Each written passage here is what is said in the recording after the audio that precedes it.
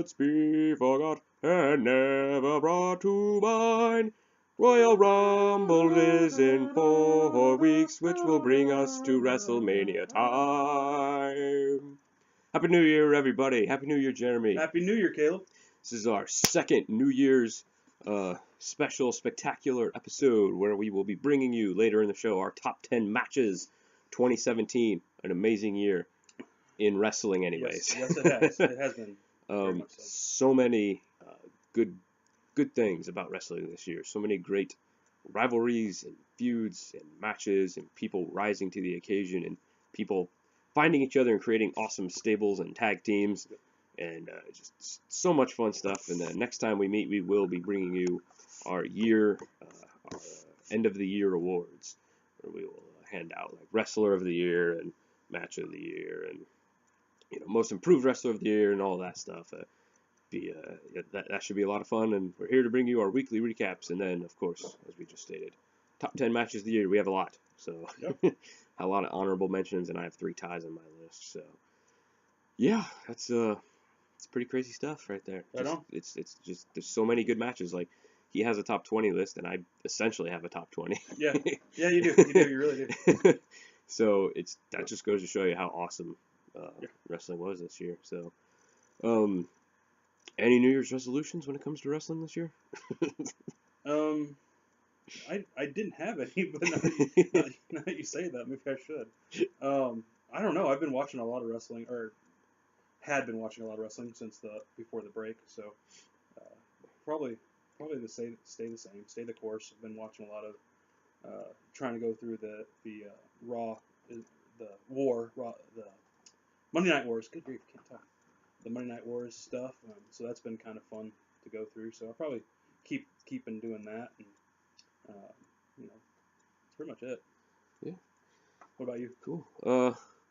Yeah, I'm just gonna try to watch all the. Like I keep making all these lists of matches I need to watch, and I just need to actually watch them. So, so yeah, my New Year's resolution for wrestling is just to actually watch them. So, because I just keep adding to the list, but I just haven't got around to watching any. So yeah, the holiday rush just kind of puts you in this like haze of like you can't find time to do anything. So. Yep, it really does, especially when you have a family. Yeah, so it's coming to an end, so we can kind of get back into the groove of the everyday life, and as fun as the holidays are, it really takes a toll on you. When it's over, you kind of take a big sigh of relief. As much fun as it is. So, well, any news that you've heard? Any big stuff to bring up before we jump in? Tons of rumors. Yeah. Tons of rumors. One of the big ones is will Chris Jericho be in the Royal Rumble? Mm-hmm. And the Wrestling Observer, I think Dave Meltzer himself, has said it's a possibility, which doesn't mean a lick of anything. Yeah, it doesn't mean anything. There are a lot of rumors, a lot of people saying that EC3 from Impact, TNA, whatever you want to call it, is possibly going to be signing with WWE. Also, a couple other guys from that, Bobby Lashley. Tons of stuff possibly going to happen. A lot of people predicting things that are going to happen through 2018. Vince may sell WWE. I mean, there's so many different things that could happen this year. It's an exciting year. We'll see what happens. It is. It's only 3 days in, and already I'm pumped for what's about to happen. So, Royal Rumble is just 4 weeks away. I can't wait. It's my favorite pay-per-view, and we have 2 Royal Rumble matches. It might be the best pay-per-view of the year. I know, it's just like it's at the end of the first month of the year, and it already might be be the best one. But the 2 singles match, or the 2 matches alone outside of the Royal Rumbles, with Brock and Kane and Braun, like more than likely Brock will win. Oh yeah. But that has a potential of being a really fun match to watch. Mm-hmm. And then what we found out Tuesday night, a handicap match for the WWE Championship. Mm-hmm. Like, come on, I want to see what happens with that. And so those 2 matches alone, outside of the Royal Rumble matches, like those there's already almost half of the women's filled. Oh, nice. So they have another like 16, 17 more to go or something like that. So I'm looking forward to seeing who they call out of the WWE Legends realm, or even NXT or whatever to come into this match. So man, Royal Rumble probably will be the best pay-per-view of the year. Yeah, it's shaping up to look like it. And like the fact that they keep hammering in the fact that Kane and Brock Lesnar have never been in the ring together has really intrigued me because I'm just like, wow, they haven't. And so when they keep bringing that up, and then when they're in the ring together, like you can kind of feel this whole sense of unknown between the two of these guys. Like, hey, what's this guy about and stuff. So that whole aspect of it has really intrigued me too. And the fact that it's just like they're all like just titans. They're all just these giant guys, and so like I feel like this is going to be an earth-shattering Clash of the Titans type match. I feel like it will be awesome. And then the other one's just going to be this like spot fest of athletic, of just amazing athleticism. So, and probably probably not just continuing the storyline, but we'll have a great match with the storyline to continue to WrestleMania. I actually hope that this storyline lasts the whole year, but with Daniel Bryan's contract coming up sometime this year, I can't remember if it's like September or sometime, but he may be leaving the WWE for ROH or some other place. So 2018 is going to be crazy. It is. Yeah, like we thought 2016 was crazy. We thought this year was crazy. We don't even know what could happen this year. And, it's 3 days into the new year, and we're just like, man, there's so many crazy things that could happen. Yep. And so, yeah, fun stuff. Super excited for everything that will happen in the world of wrestling this year. And then, of course, tomorrow is Okada versus Jericho. Yep. So, can't wait for that. Yeah, that'll be pretty. Or not Okada, Omega.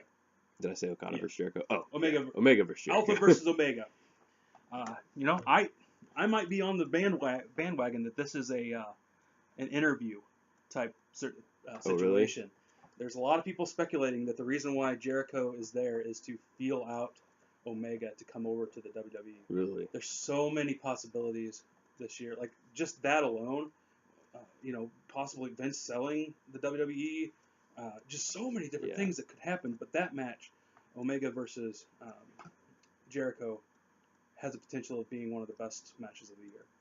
It does. Even though Jericho's old and he's whatever, doesn't matter. He can still go. He can. And above all, his mind is still there. He's got all his tricks still. I mean, he can still play. I'm sure they're gonna work some things out. Like I'm sure they're not just gonna call it all in the ring. I'm sure there's some big spots that they need to plan out and choreograph or whatever. But sure.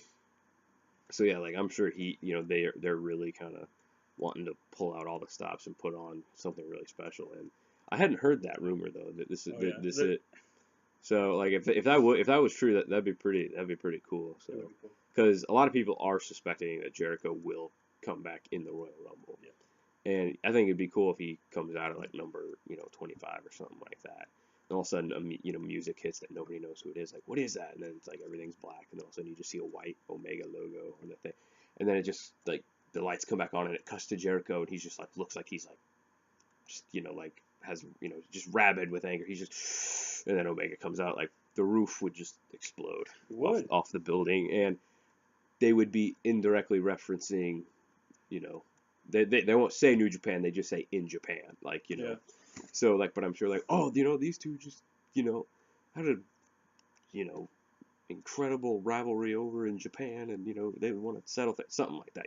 They indirectly reference New Japan all the time. They always just say in Japan and stuff like that. So, yeah, man, if they did stuff like that, the possibilities are endless. I can just see so many interesting, crazy things happening this year. I know. Super excited for 2018 in wrestling. All over the place. Is Impact going to survive this year? Is ROH going to get some of the best talent from WWE? Who's going to be called up from the NXT? So many different possibilities.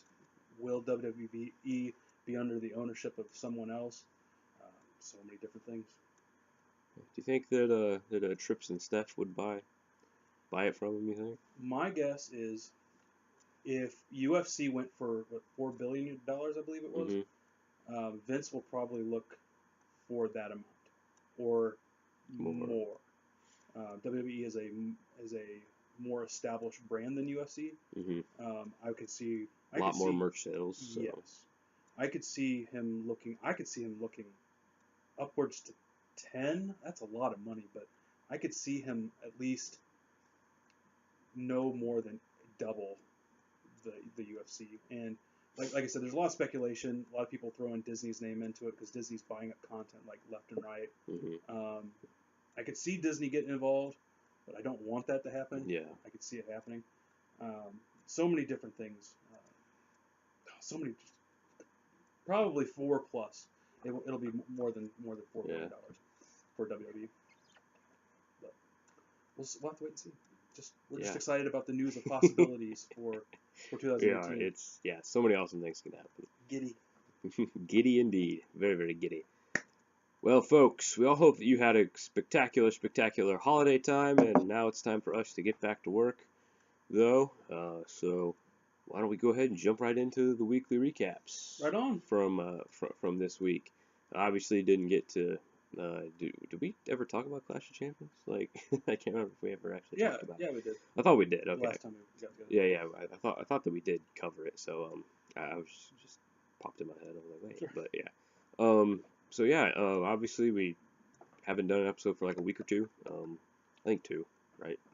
It might be 2. Two or 3, but so yeah, lots of crazy stuff's been happening. I really enjoyed the 2 Christmas episodes from last week. That was a lot of fun. I don't know why, just for some reason, wrestling and Christmas, just those 2 things combined. Pretty much anything with Christmas, anything in Christmas, I love. Yeah. Like Batman Returns, Batman and Christmas, love that. That worked. Die Hard, action movie and Christmas, love that. And then these 2 episodes, wrestling and Christmas, love that. Totally worked. Like, I thought it was great, and so those were really good. And these 2 episodes I thought were a pretty good New Year's episodes and Agreed. stuff like that. So, and so yeah, I'm gonna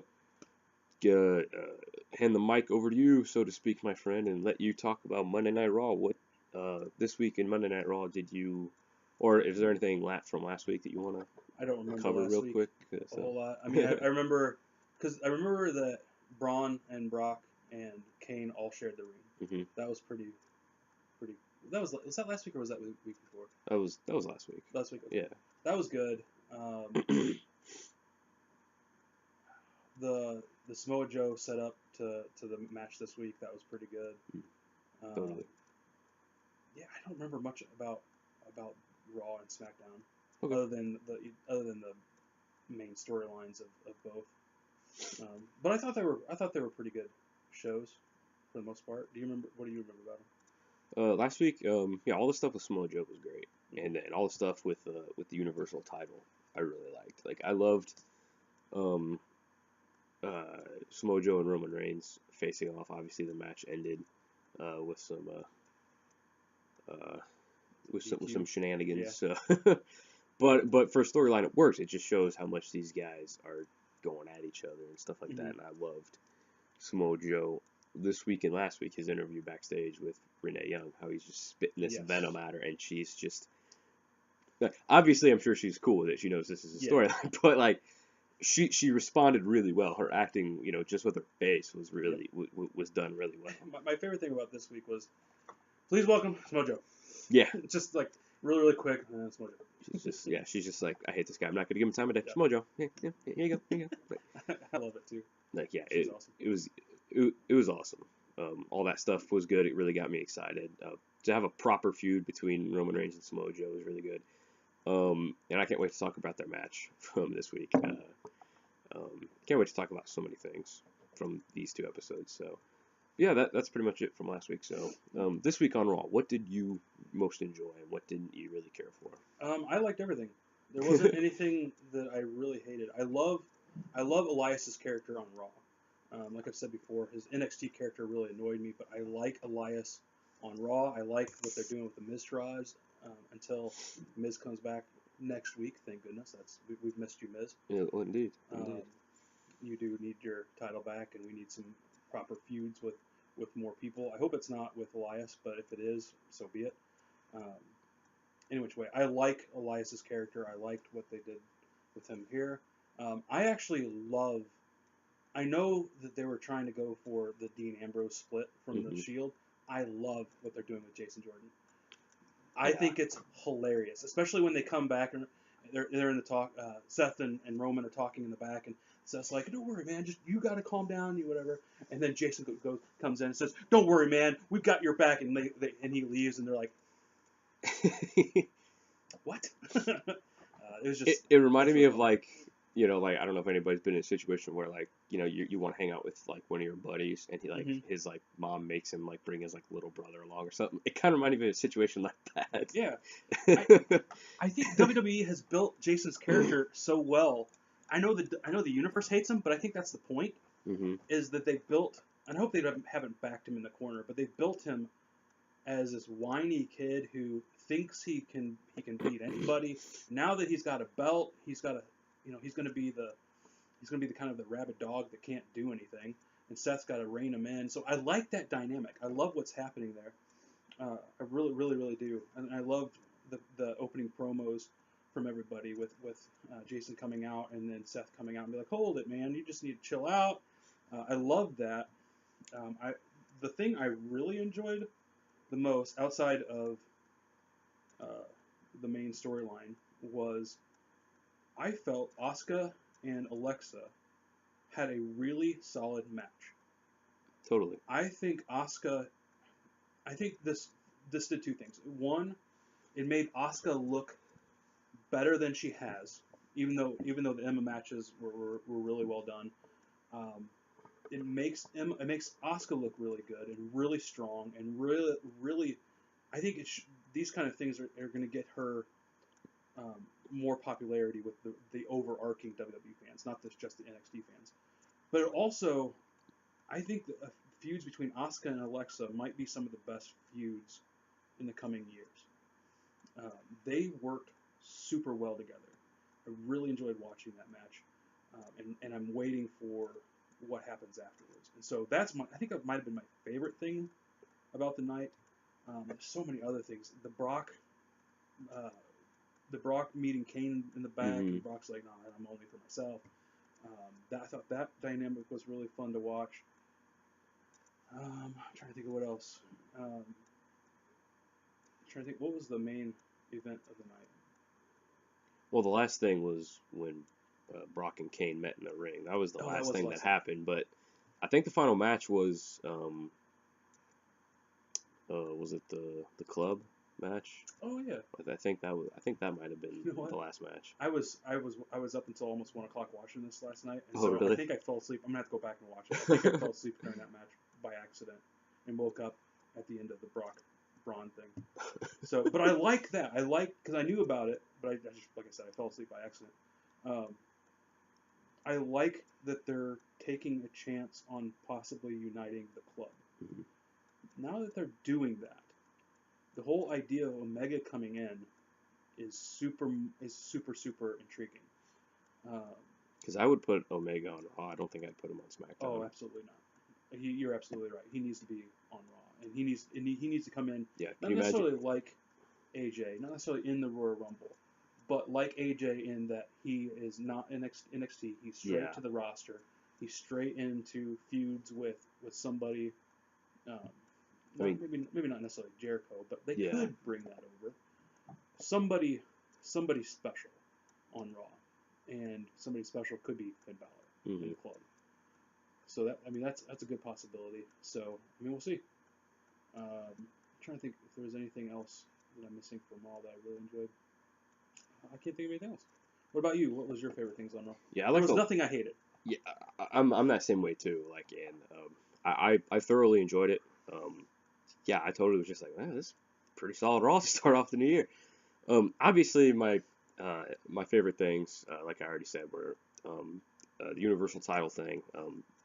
Brock, you know, Kane coming out and trying to intimidate Brock Lesnar. And Brock Lesnar kind of looked a little like, okay, like not really like afraid, but just kind of just there's like the sense of unknown of there being an unknown. Just like I don't really know what this guy's all about. Like I'm not gonna rush into anything.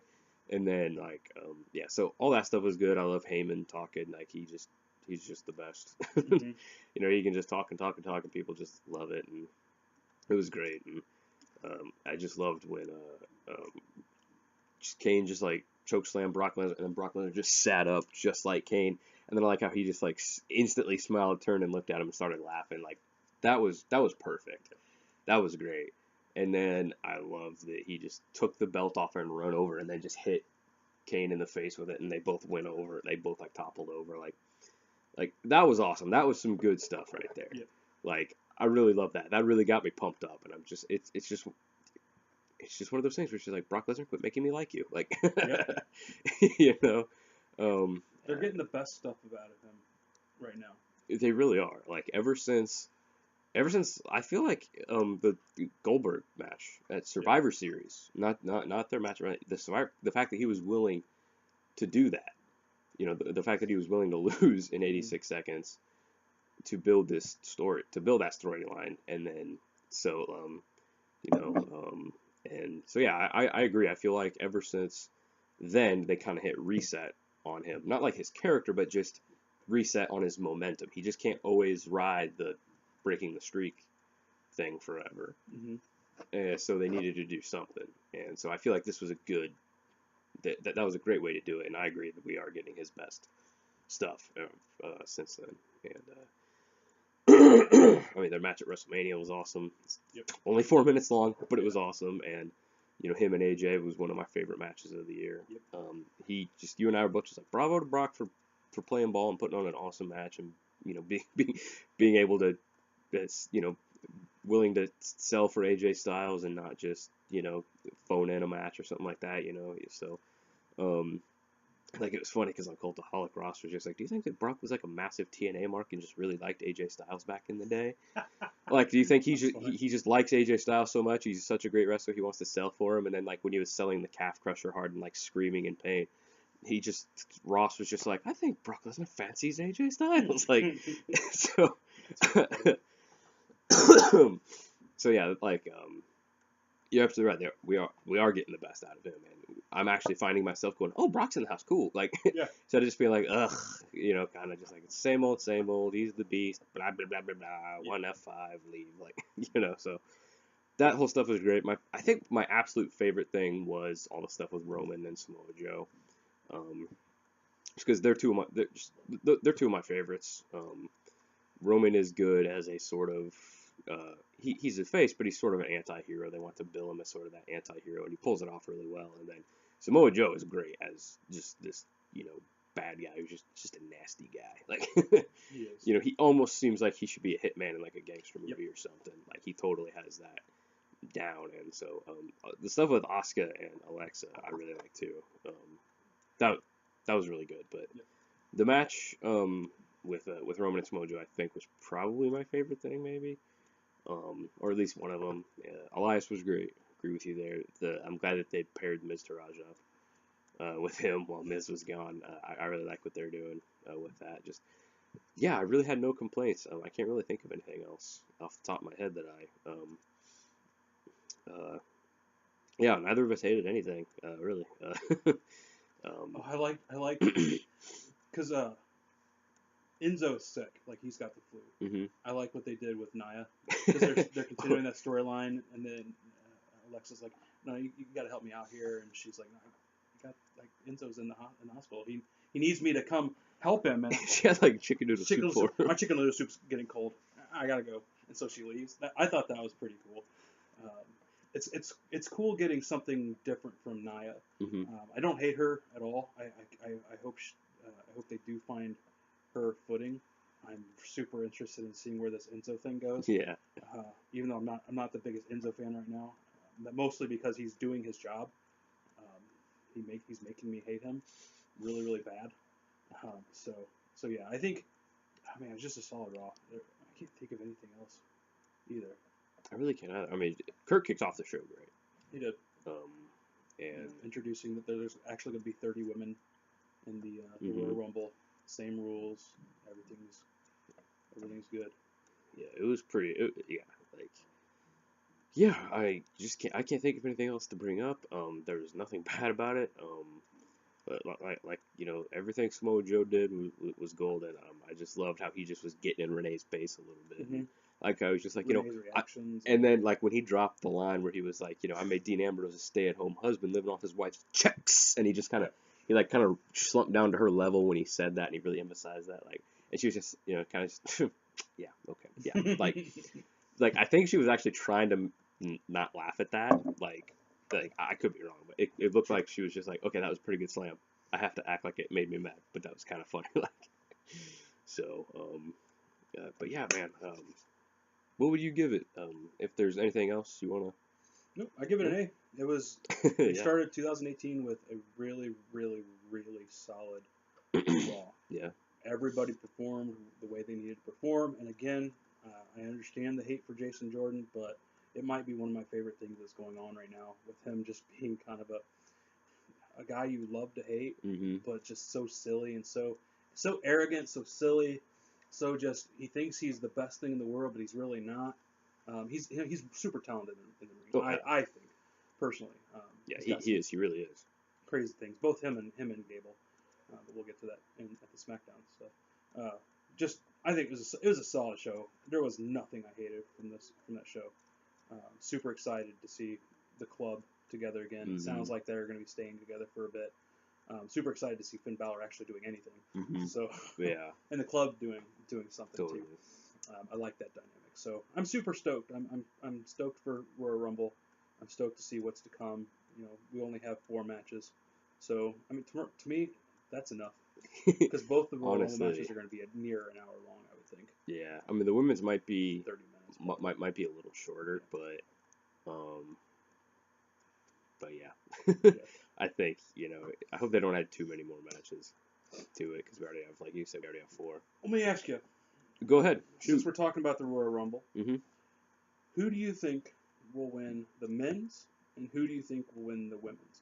Because my opinion on the women's may have changed because of what they did on Monday Night Raw. Okay.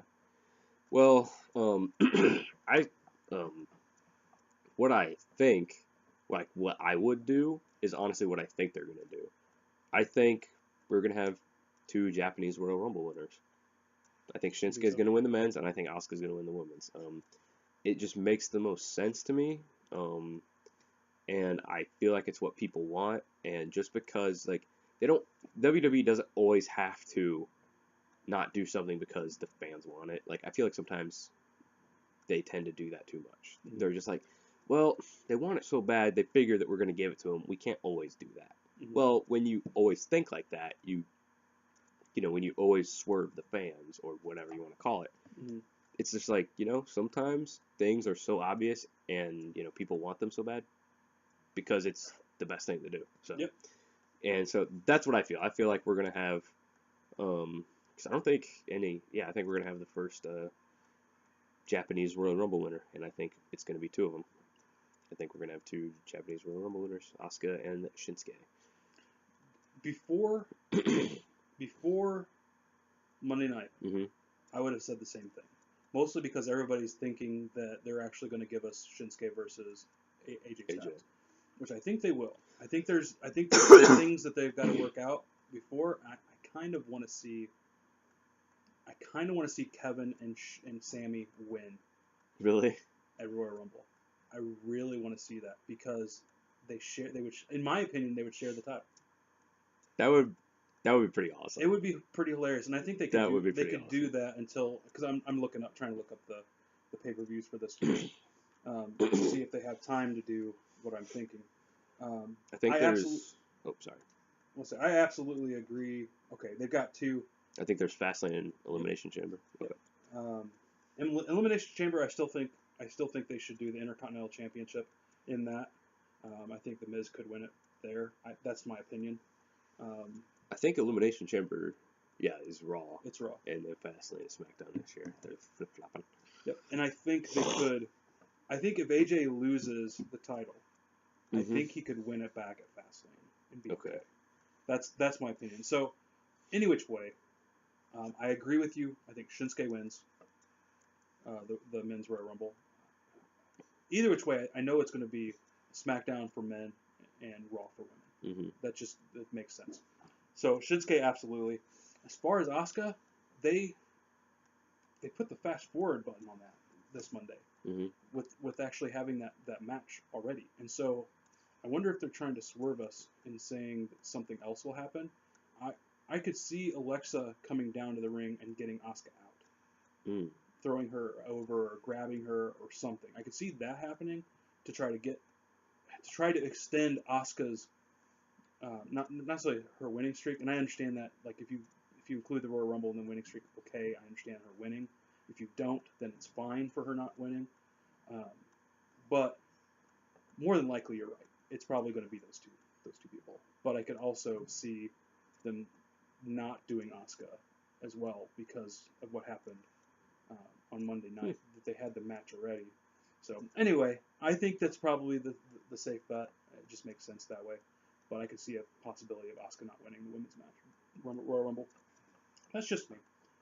That's just a question I wanted to ask. See what you Cool. thought about it. Well, as we were just talking about the Mistrage stuff a few minutes ago, I thought of a hilarious idea that would be awesome.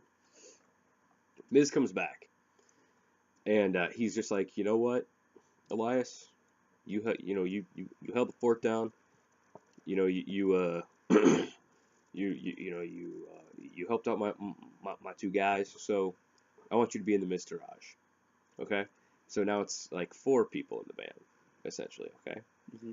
And then Elias is like, well, I'm the best guitarist and I'm the best singer. So it's kind of like a band breakup thing. And he's just like, you know what? Sorry, Miz, you're out of the band. And so they declare their allegiance but they're still called the Miz Taraj. Okay, okay, they're still called the Miz Taraj, and they kick Miz out. And so the Miz gets Slater and Rhino to form a new Miz Taraj. Oh, that'd be funny. And he calls them like Miz Taraj 2 or something like that, or Mr. Raj Clearwater Revival or something silly like Mr. Raj 2 would be funny because it would just be like Kevin in Office with Scrantonicity 2 like and so I'm just like that would be hilarious. He gets Slater and Rhino and forms another Ms. Taraj and then they feud with the old Ms. Taraj. That would be funny. Like that would make that happen because that's funny. That is fun. I would love that. So you would give Raw an A? I give Raw an A. What about you? I want to give it an A- because just that part of my brain is just like, you're too optimistic. You like everything. Stop being so. But no, it was an A. It was good. It was it was close to perfect as an episode of Raw I've seen in a really long time. There wasn't anything wrong with it. There's a lot of good stuff. Yeah, it was an A, man. Like they started off the year right on Raw, man. It was pretty good. So gets an A from the both of us. But now we're gonna move on to SmackDown. All right, Caleb, SmackDown. What were the things you liked? What were the things you hated? Really, there's only one thing I hated. 2 things, actually. We had no Randy and no Shinsuke. That's true. This week. So that was the only thing really I hated. So that's more on those guys, not the show. But yeah, I think as far as Randy goes, I think we won't see him until probably Royal Rumble. Well, maybe next week. Okay. But and but yeah, the main storyline stuff was probably the best stuff, I'd say. Excuse me. The women's match, 6-women tag match. I enjoyed that. Mm-hmm. I thought that was a. Excuse me. Sorry. Getting kind of burpy today. I enjoyed that. That was a really good match. I'm still wondering what they're gonna do with Carmella, like, and the briefcase. That's never going to leave my mind. Like, I'm always wondering, like, when's she gonna do it? Like, I think it'd be interesting if they keep it with her until the Money in the Bank. Oh, next year? Yeah, that'd be interesting. So she has she's like, you have till tonight to cash it in, otherwise we're taking it from you. Yeah. Like, that'd be interesting. That would be. Like, or would it carry over? Would there be 2 women's Money in the Bank winners? That'd be interesting. I don't know. Like, yeah, because it's like, I think the rule is you have 1 year to cash it in or you forfeit it or is something. It? Yeah, okay, I think that's what it is. I'm pretty sure it's like you have a year to hold it. Or something, but like if they like changed the rules and had 2. That'd be kind of fun. They have to fight for it, or they have to wrestle for it, or something. That'd be interesting. Yeah, that would be crazy. But I agree with you. The whole Carmella keep holding on to it. Yeah, like, what's the deal? Yeah, I'm always wondering when it's when she's gonna do it, and what else happened? I guess the Bludgeon Brothers, Police, Fashion Police, Ascension stuff I really didn't care for. I guess that stuff I really didn't care for, but I mean, they're just building those guys to look unbeatable, presumably to challenge the Usos eventually. Probably. So, but speaking of Usos, I think that was actually I think that was my favorite thing. Oh, really? Honestly, yeah, like Usos, I just keep singing their praises all the time. Like they're my favorite tag team right now. They're amazing. They put on a great match with uh, Benjamin and Gable. Benjamin and Gable are really good together. Yes, they are. And this match was really good. Had a fake ending. Um, Which I was kind of irritated with. It didn't bother me as much, but I'm okay still, with it, but I was irritated because I really want to see this team as tag team champions. I really want to see. they deserve it, but I'm assuming they want to keep Usos Yes. champions. I'm assuming they have an end game in sight for Usos, so they want to keep it on them until they can get to that. Um, but yeah, I can understand somebody being frustrated with it because yeah, they are so great as a tag team and stuff. But trying to think here. Oh yeah, just like so many great moves and stuff. The avalanche arm drag, where Benjamin went up, grabbed. I forgot if it was Jimmy or Jeff, but he went up and grabbed like the avalanche arm drag off the top rope, and then Gable immediately did a moonsault. Mm-hmm. Like that move, like that should be something they do every single match. That was such a cool like tag team like type move. Like that was pretty awesome. And so yeah, I really enjoyed the match. And then yeah, that's all I can think of at the moment. Oh yeah, Becky Lynch is back. Yep. So that's pretty cool. All right, well, what about you? We'll talk about the main event at the very end. Even though I was frustrated with, I really wanted them to win the tag team championships, but I understand it and I'm okay with it. I really wanted them to win. I was really stoked. I was like, yeah, because I had followed the same thing. I was like, oh, they're not going to go back and change because they were the wrong people in the ring, but they actually did it. And so I was like, because I was watching it, and my sons were in the living room, and my wife was asleep, so I wasn't trying to be as loud. And I was like, Jonah's like, what are you doing? I'm like, all right, tag team won. It was awesome, but they didn't. So I was frustrated with it, but I understand it. The one thing I'm frustrated with is the United States Championship qualification to the tournament. It was put together late. At least the bracket was put together late, and even Xavier Woods didn't know he was in the really? tournament until we did. Oh. And so like it was kind of put together late. I don't hate that. I just hate that it's just a small bracket. I wanted something bigger. There's so many different people in this tournament or in the company that could be in it. But I'm assuming the end game is for Dolph to come back in and wrestle whoever wins to win it again. And then I think he just needs to do this. He needs to win it again, drop it, and just keep doing that for maybe one more time or something. I just think that'd be funny. That would be funny. That would totally be funny. And then have bring back King of the Ring, but that's me. Oh yeah. They're not gonna do that because they already have everything set. But I'm trying to think. I did like the tag team match. You're right. Bingeables, as some people have said it. Bingeable. Or American Alpha 2, whatever you call it. They work well together. They have their movesets are really, really good. I like that match. The match was really well done. The main event stuff was really good. I'm really interested in seeing where they're going with Shane at the WrestleMania because there's two big rumors. One, that John Cena's match is going to be huge at WrestleMania. There are speculations that it'll be he and Undertaker, and that will be Undertaker's actual final match. Okay. I think it would be cool for Undertaker to come back with the American Badass version. That would be cool. Because I mean, you retired the Dead Man. The Dead Man gimmick. You come back and you retire this gimmick because both are iconic. Even though people might hate the American Badass version, you need the other version to be retired too because they're both iconic. They're both him. Bring him back. Have him face John Cena. And I feel like I feel like that gimmick, the sort of outlaw biker type gimmick, I feel like that would match up well with John Cena's gimmick. I feel like it would match up better than the Dead Man. So I agree.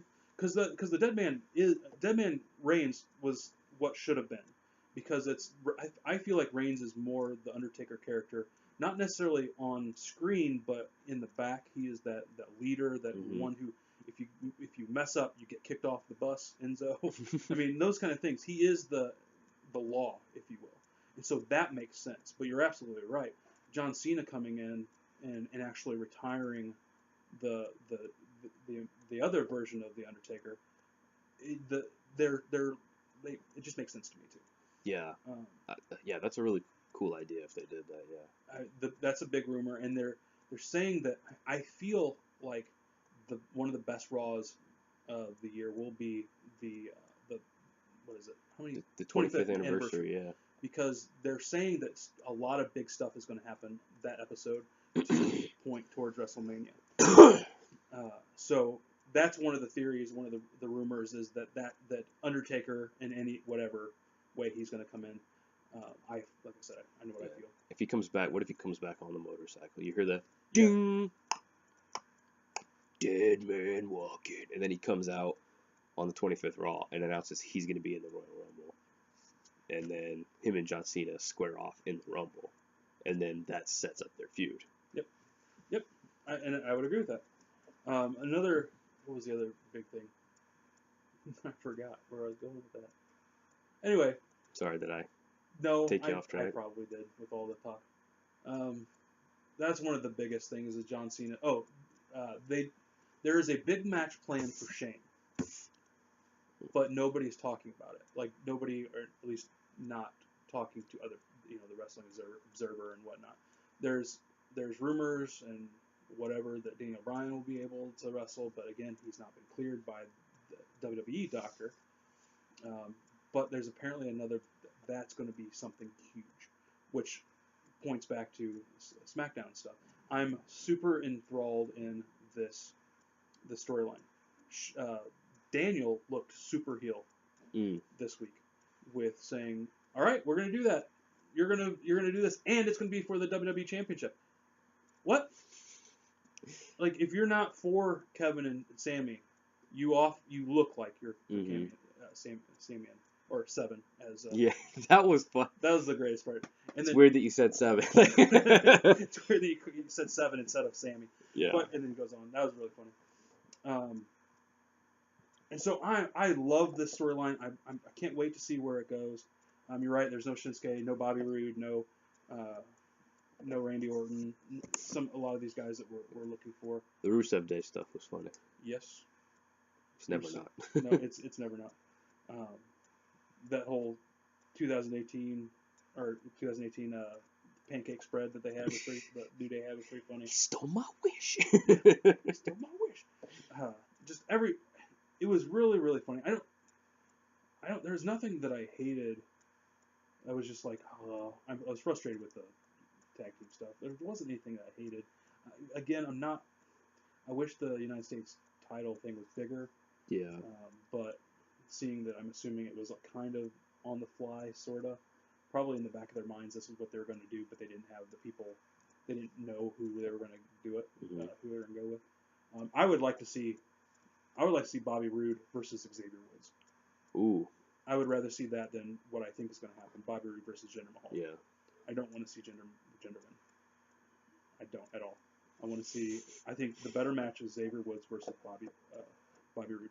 Just makes sense to me. As a good match, anyway. I'd agree. But yeah, I can't think of anything else on SmackDown that I was just like, I understand the whole Ascension and Breezango thing. I'm not crazy interested in seeing where that goes, but I am tired of them building the Bludgeon Brothers up to be the most devastating tag team in a long time. Mostly because there's a couple NXT tag teams that I would like to see called up, or at least one. Authors of Pain comes to mind.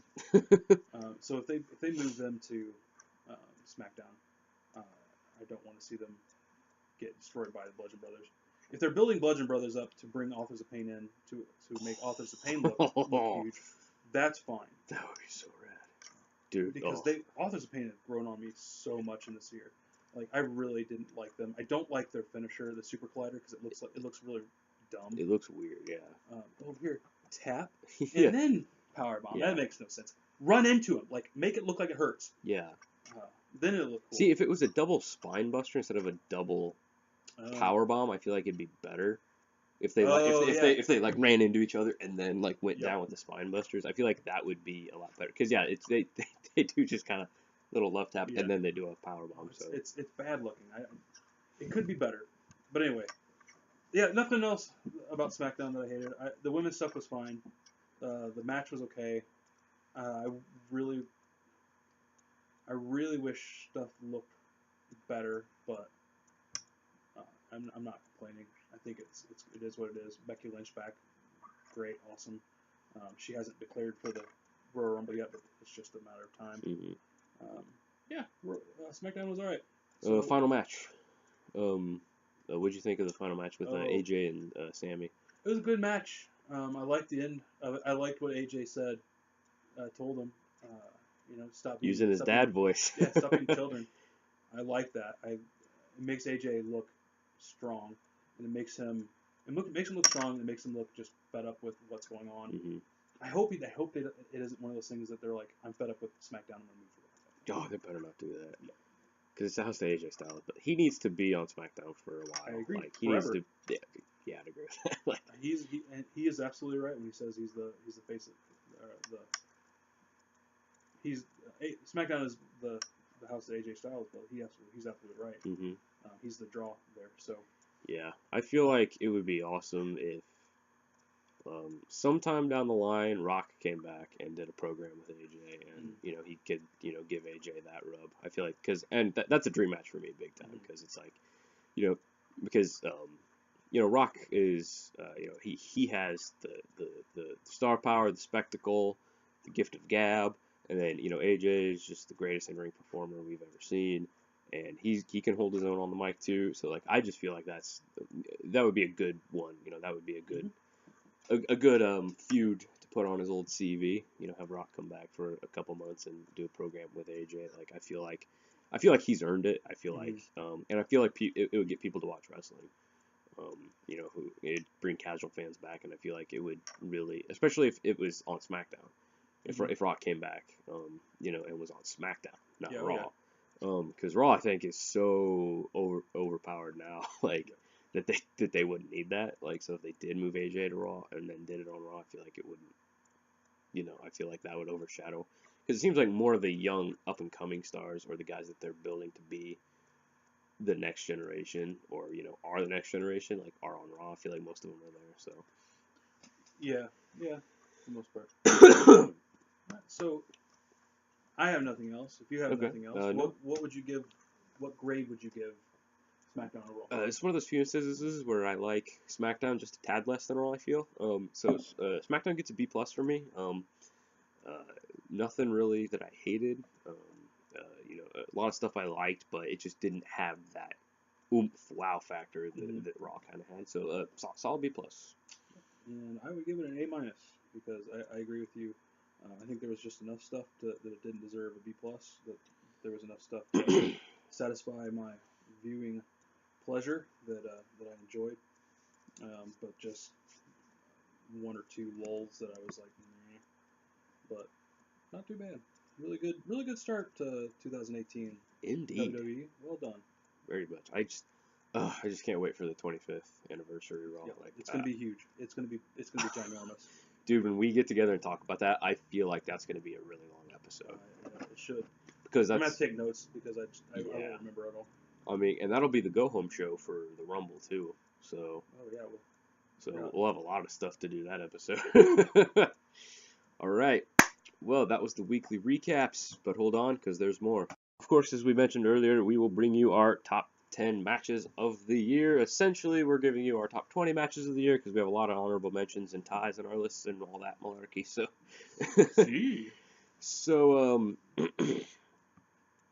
a lot of great matches, as we said. A lot of matches to enjoy. A lot of we just had like a plethora, like just a smorgasbord of wrestling matches that were amazing. And so, a couple honorable mentions I had: AJ Styles and Shane McMahon at WrestleMania 33 was a lot of fun. AJ made Shane look like $1 million, and Shane really did his part, and it was a fantastic match. Probably the best match at WrestleMania this past year. Brock Lesnar versus Goldberg at WrestleMania was really good. Only 4 minutes long, just back and forth, back and forth. Just one of the most heavy-hitting matches ever. Stuff. And Roman Reigns versus Undertaker at WrestleMania, I really enjoyed, and I loved the whole passing of the torch kind of thing. Was good, and kind of gave me the feels a little bit. And then Cesaro and Sheamus versus the Hardy Boys at Great Balls of Fire, the 30-minute Iron Man tag team match for the championship. That was an amazing match. Loved that. The men's Money in the Bank match was Baron Corbin, AJ Styles, Dolph Ziggler, Kevin Owens, Sami Zayn, and Shinsuke Nakamura. The way that they teased AJ Styles versus Shinsuke Nakamura in that match was amazing and stuff. So that was a great one. Roman Reigns versus Braun Strowman, Great Balls of Fire.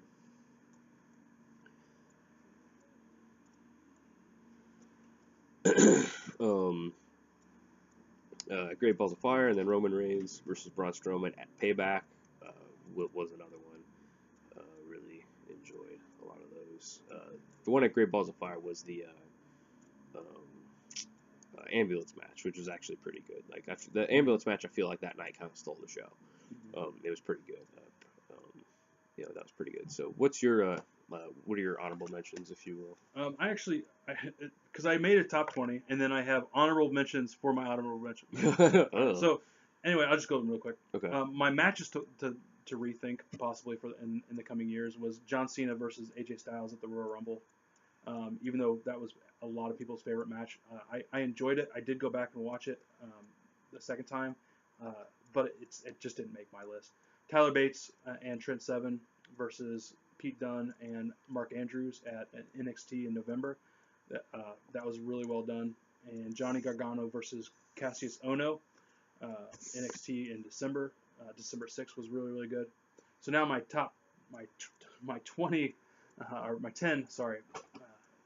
10 honorable mentions.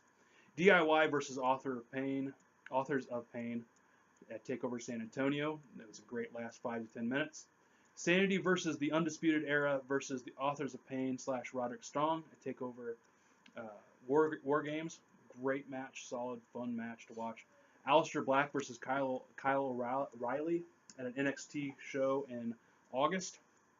DIY versus TM61 back in January of last year. It was a great, fun match. Shane McMahon versus Kevin Owens at Hell in a Cell. Wonderful, wonderful match to go back and watch again. Indeed. Scary on the top.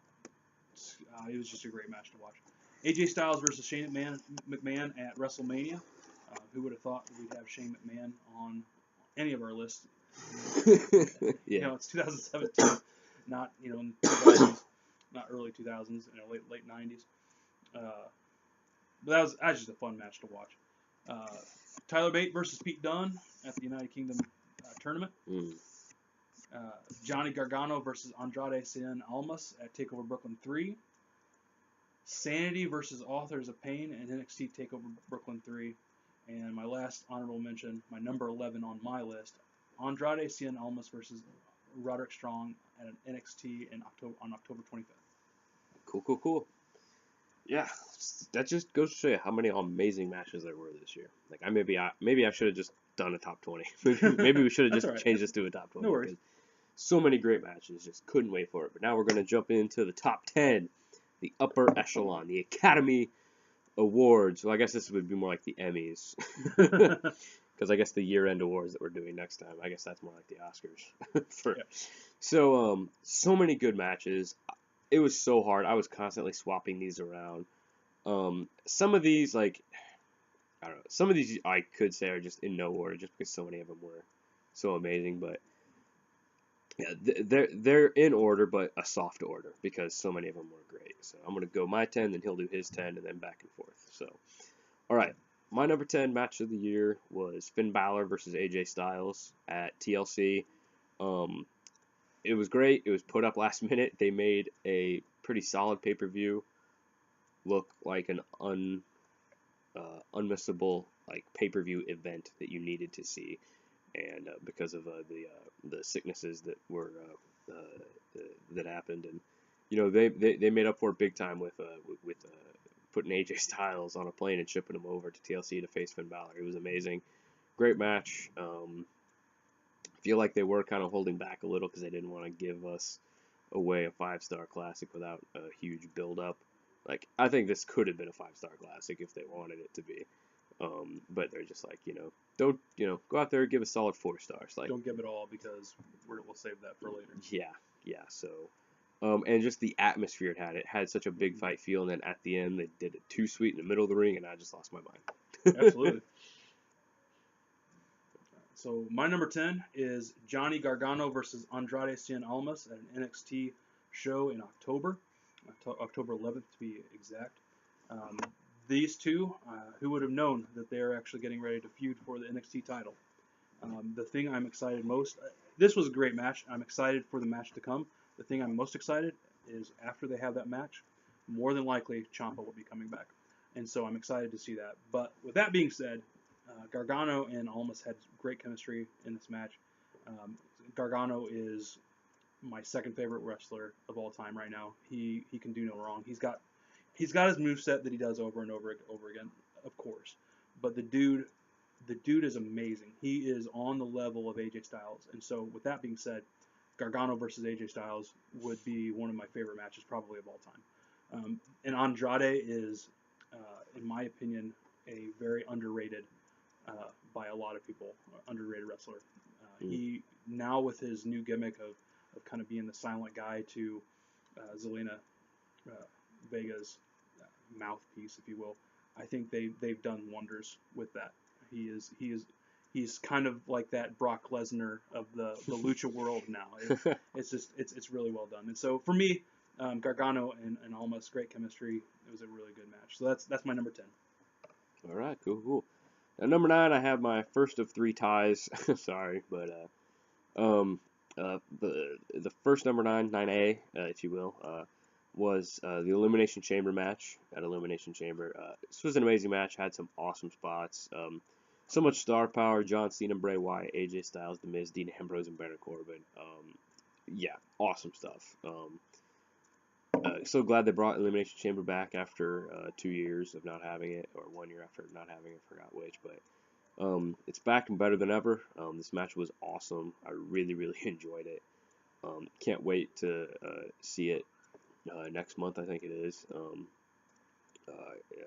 So there's so many good spots, climbing up the the thing and jumping off, and to have AJ and Bray be the final 2, and then Bray to finally win the WWE Championship and stuff. It was awesome. Really enjoyed it.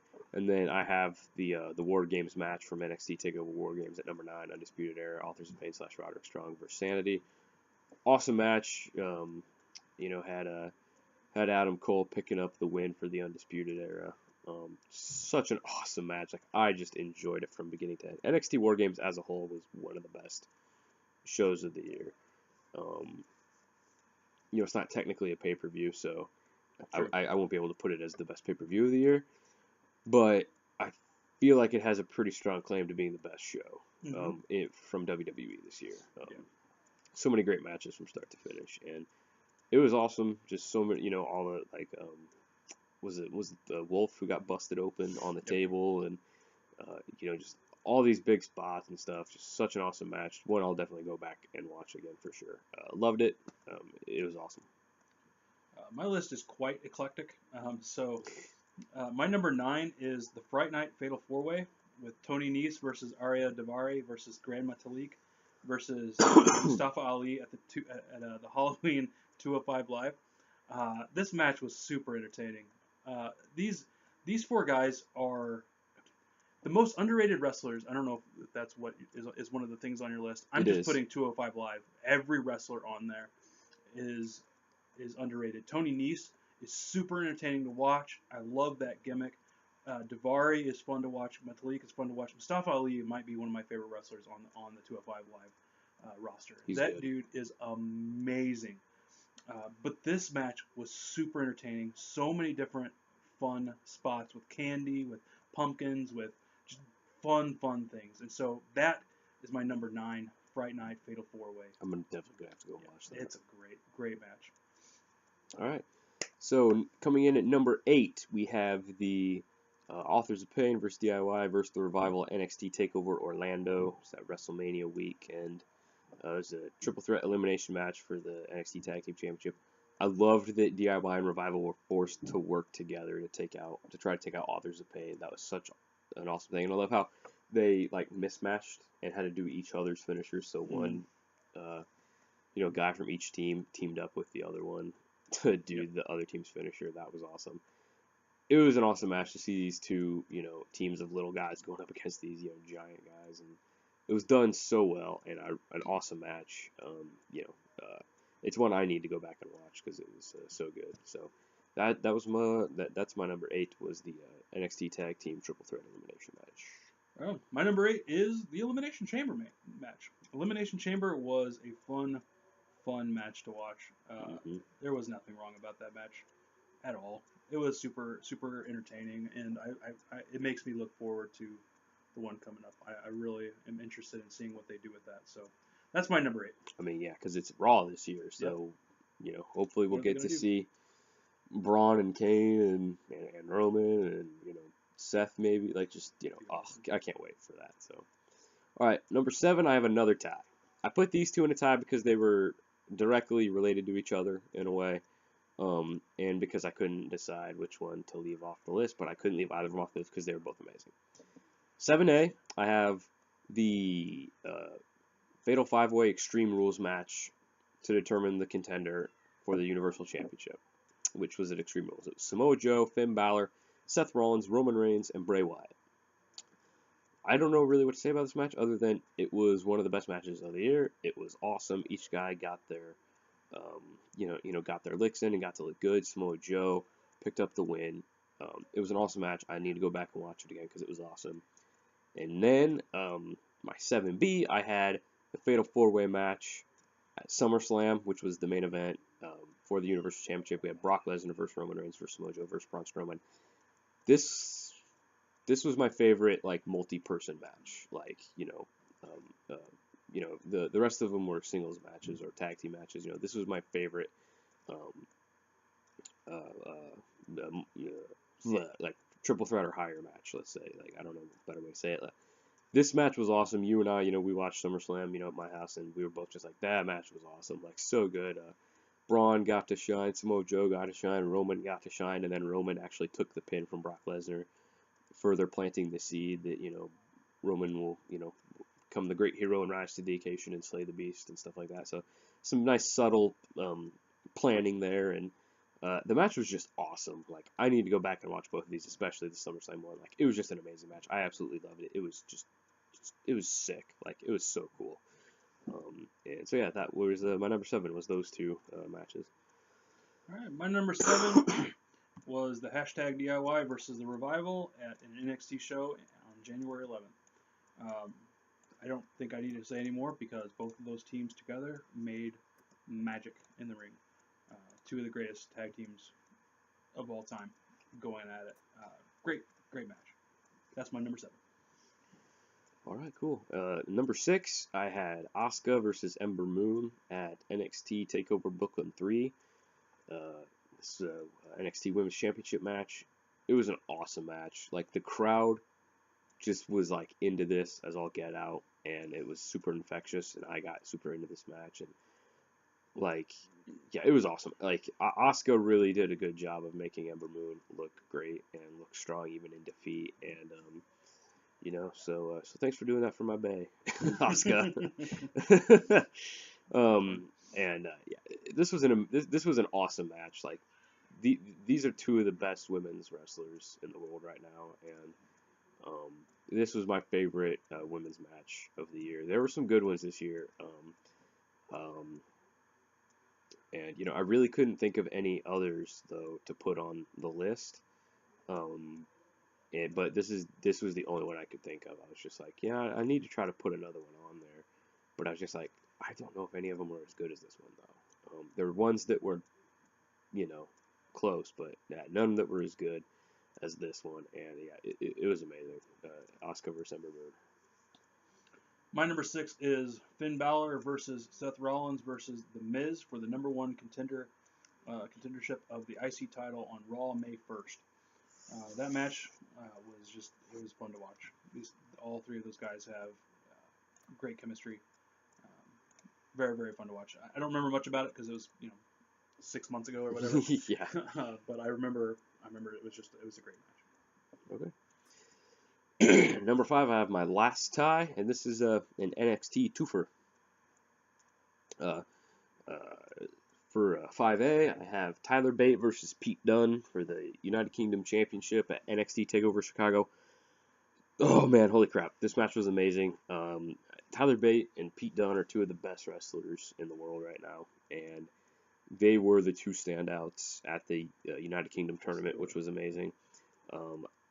I almost put Tyler Bate versus Mark Andrews on this list. It just barely missed getting on the list from the UK tourney. That match was awesome. And then even the match that these guys had in the final of the UK tourney was awesome, but I'm just like, this one was so much better than either of those, though.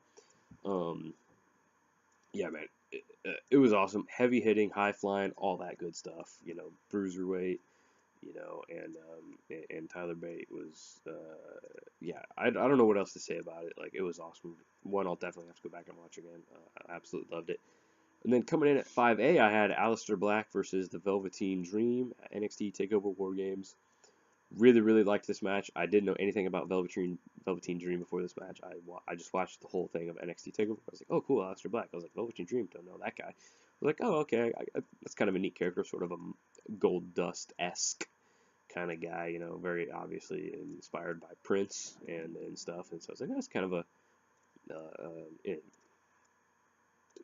interesting gimmick, you know. That's pretty. And oddly enough matched up with Aleister Black, like it did, and these guys matched up really well together and put on an amazing match. Like it was pretty awesome. Like, oh man, Aleister Black is now one of my favorite wrestlers. Like I really didn't know that much about him and really hadn't watched him at all, and now he's one of my favorite wrestlers. He's awesome, man. This match was just like, dang, that guy, whoo, so good. Like, you know, his martial arts training is really kind of you know, become a part of his character and stuff. They always bring up that he's, you know, has like a black belt in kickboxing or whatever and stuff, and you know, it shows. Like it really works for his character. You know, this, you know, kind of, you know, some shades of Undertaker, some shades of Goldberg, and some, you know, kind of like, you know, like, but you can't quite put your finger on it because he, at the end of the day, he really is his own thing. Like there are some things you can tell he's kind of drawing from a little bit, but. And so yeah, like this match was amazing. Aleister Black, Velveteen Dream put on a heck of a show. Just like I've watched this match like 4 times since then.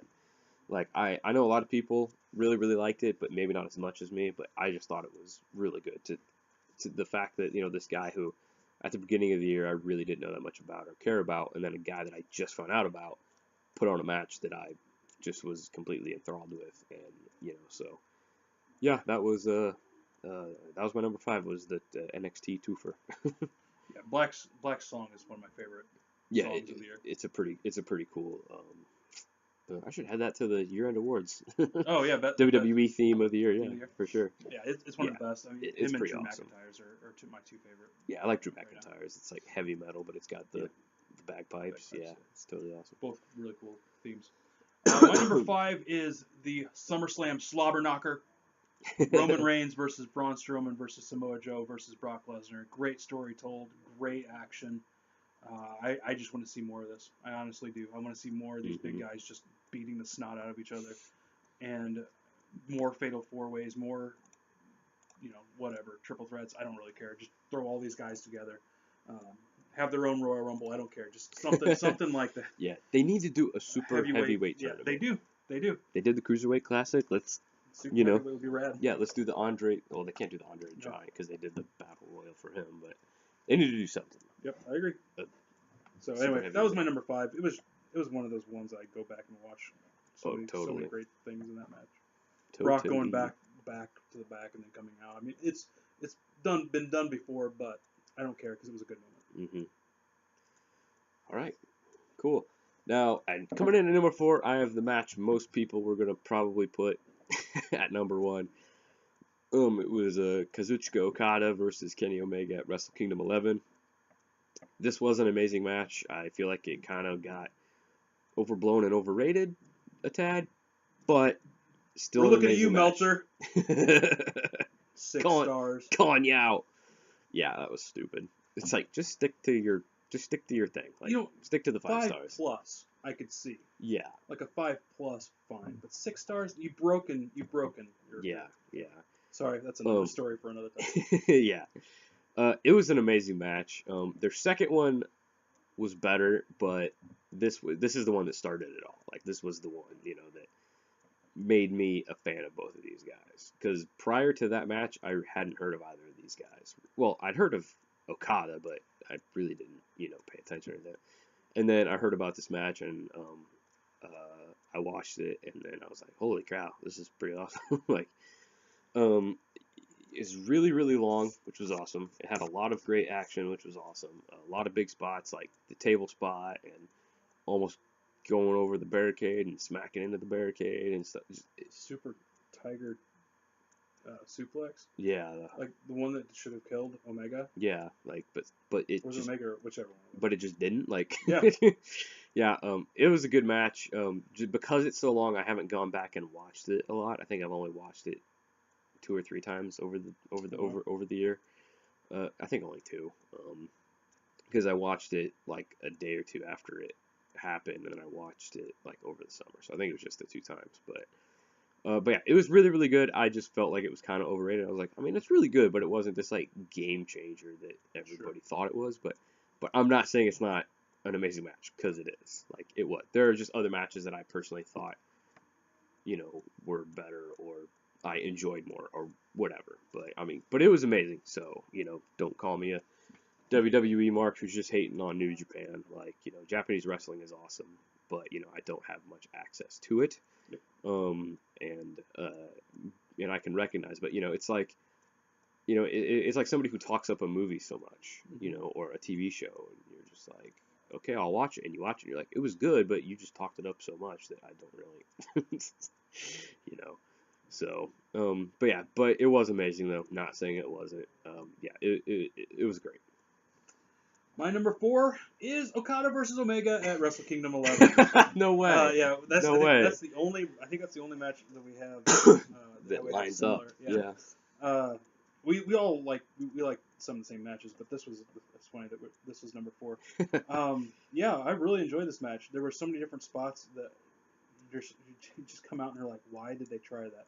Yeah. Thankfully, I haven't seen the third one, so yeah, I haven't seen the third one. It might have been on my list this year, but I haven't seen the third one. The first one, I was just blown away by the gutsy moves that they did. I'm one of those people that I like Omega. I think he's fine, but I'm not like super sold on Omega. Yeah. I am sold on Okada. Yeah. That dude can do anything and everything. His selling. I think I'm more in that boat too. Yeah, his selling is amazing. His wrestling is amazing. His look is amazing.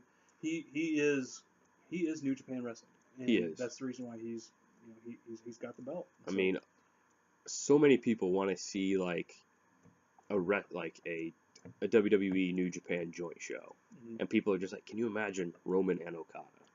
Can you imagine Omega and Styles? Like, I'm just like, oh, I love it. Like, I was just like, gosh, like that just would be amazing. Like, yeah. Anyways, that's my number 4. It was a great match. So many different spots that you're just like, are they dead?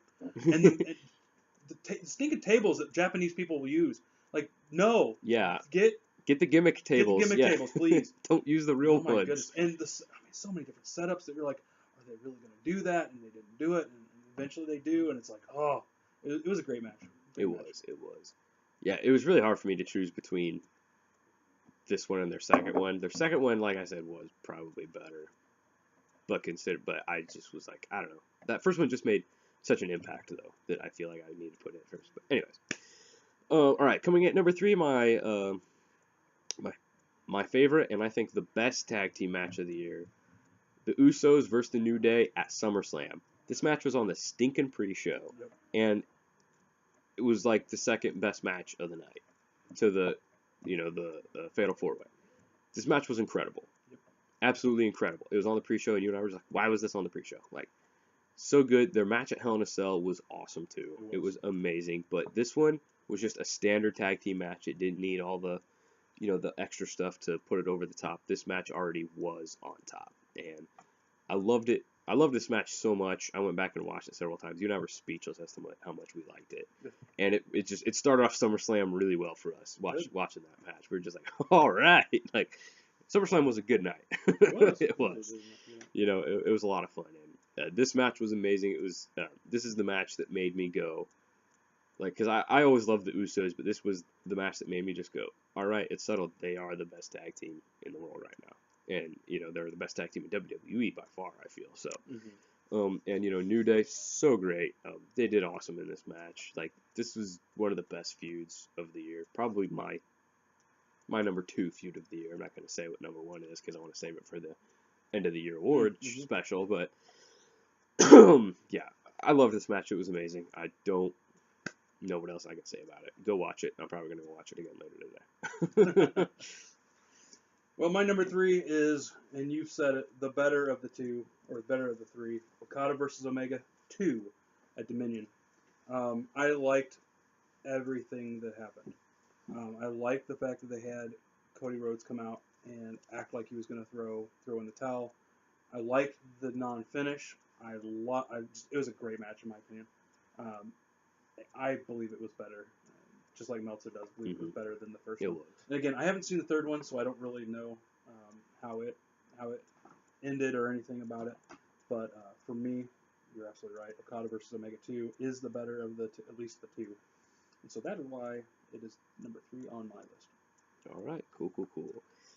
So now we move to a match you and I were dreading but ended up loving. Yep. Number 2, AJ Styles versus Brock Lesnar in a champion versus champion match at Survivor Series. I don't know what else I can say about it. You and I were over the moon for this match. We were dreading it. We're like, don't squash AJ. Come on, don't squash AJ. And they didn't. Like, it was a good match, man. Brock, props to you, man. AJ, obviously, you can do no wrong. Like, it was great, man. These guys did such a good job. So many great spots. I loved how he put, like, AJ up. I think he was putting AJ up for the F5, and then AJ, like, dropped down and rolled him into the calf crusher. That way, and he was selling the crap out of that calf crusher. Like, I love that he just kept focusing on Brock's leg. A little too much, but yeah, a little too much. It was still really good. But it was still good, yeah. And he just kept focusing on Brock's leg and attacking it, and then put him in the calf. And I love how Brock just grabbed his head and just started smacking it off. Like, that was awesome. I don't think anybody's done that before. Not as hard. Yeah, not as hard. And I was just like, oh, I hope he didn't get concussed. And then, you know, catching him in the doing the phenomenal form, just catching him on his back, and then doing the F5 and stuff. Like, you know, that was a pretty neat finish. It was a really good match. I loved it. It's one I will definitely go back and watch. And as good as Brock Lesnar versus Kurt Angle was at WrestleMania 19, when Brock almost broke his idiot head because he was trying a shooting star suplex or shooting star press. This match, I think I would give the edge to. It was amazing. So good. It was awesome. My number 2 is Tyler Bate versus Pete Dunne at NXT TakeOver Chicago. I feel like that was the better of the two matches that they had, mostly because I am a huge Pete Dunne fan right now. Tyler Bate's really good. He's a great babyface. I want him to be more just in the Mustache Mountain stable or tag team. I wish they could do that more with him. Pete Dunne is, I want to say, by far the best heel outside of the Miz. And Samoa Joe. He is. If they don't use him this year, I'm going to be very, very sad. Yeah, I know they've used him towards the end of the year. I feel like him and Finn would be a great program. Yeah, I do too. I love the concept of Bruiserweight. I love the concept that he's just kind of a swarmy guy who just he's all about himself. The stuff that they've been doing with the NXT tapings and stuff have been really, really fun to watch. He's the guy to watch this year, at least in the WWE. I think he needs to be the guy to watch because he's phenomenal. And so that's why it's my number 2. Both these guys work well together. They know each other super well. I mean, they're close friends and all. So great match, better match. It's crazy how he might be one of the best heels since Triple H, and he hardly says anything. He hardly has to say anything, and people boo him, and he's such a great heel. Like, yeah, he's says great. It all. Exactly. Awesome. And now, my number 1 match of the year, the match is almost a whole year old. A match Oh, yeah. that left such a huge impact on me. I've watched this match quite a bit over the past year, and just watched it again about a week or two ago. I think it was like Christmas Eve that I watched it. I think I think Nice. it was, or no, it was the 22nd, so it wasn't Christmas Eve. It was Christmas Eve. It was I have AJ Styles versus John Cena at Royal Rumble for the WWE Championship. This match was so unlike their SummerSlam match, and it was so unlike any match really. Um, it was like a WWE match crossed with a New Japan match, crossed with like an indie match. Like it just was its own thing. It wasn't just it wasn't just a spot fest for the sake of it. It had their rivalry working working in the psychology of the match. And it had it was at the was it the Alamo Dome in San Antonio, um, which is just holds like 80,000 people or something. I mean, and it was huge. Like the ramp, for the Rumble match was like super long. So it was this giant stadium, so it had like the giant spectacle feel to it, and it was such a good match. So many great spots. It's one of my favorite matches of all time now. Like it was so good. Face of TNA going up against the face of WWE, and the way it ended with like he just couldn't put AJ Styles away. Cena just couldn't put him away, and it was he was just like you could kind of see he's just like wow, I thought this guy was a punk, but mad respect for him.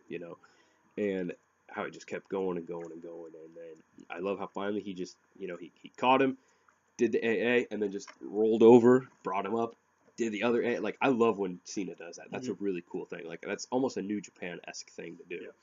And just hits him, rolls over, picks him up, does another one, and it was a cool ending to one of the best matches I've ever seen, and my personal favorite, and what I think personally was the best match of the year, because it wasn't just, like I said, them doing big spots for the sake of it. Like, it was, the psychology of their storyline and their history, and Cena making history by being a 16-time champ and all that. Like, yeah, it just did it for me. Like, it just checked all my boxes, and I just was speechless when it ended, and I am still talking about it, and I still love it. So that's my match of the year, was AJ Styles versus John Cena at the Royal Rumble. Oh, excuse me, stop yawning. Wasn't anything to do with that match, but it's funny if you played it off. It wasn't a snoring match. It wasn't a sleeper match. It was a good match. It just wasn't on my list, because my number one list for 2017, I believe it was your 8 or 9. I can't remember. It's hashtag DIY versus the Revival versus Authors of Pain in their match at Takeover Orlando. This storyline, I loved the storyline of this match. The only problem that I had was when the Revival was eliminated, the crowd got annoyed.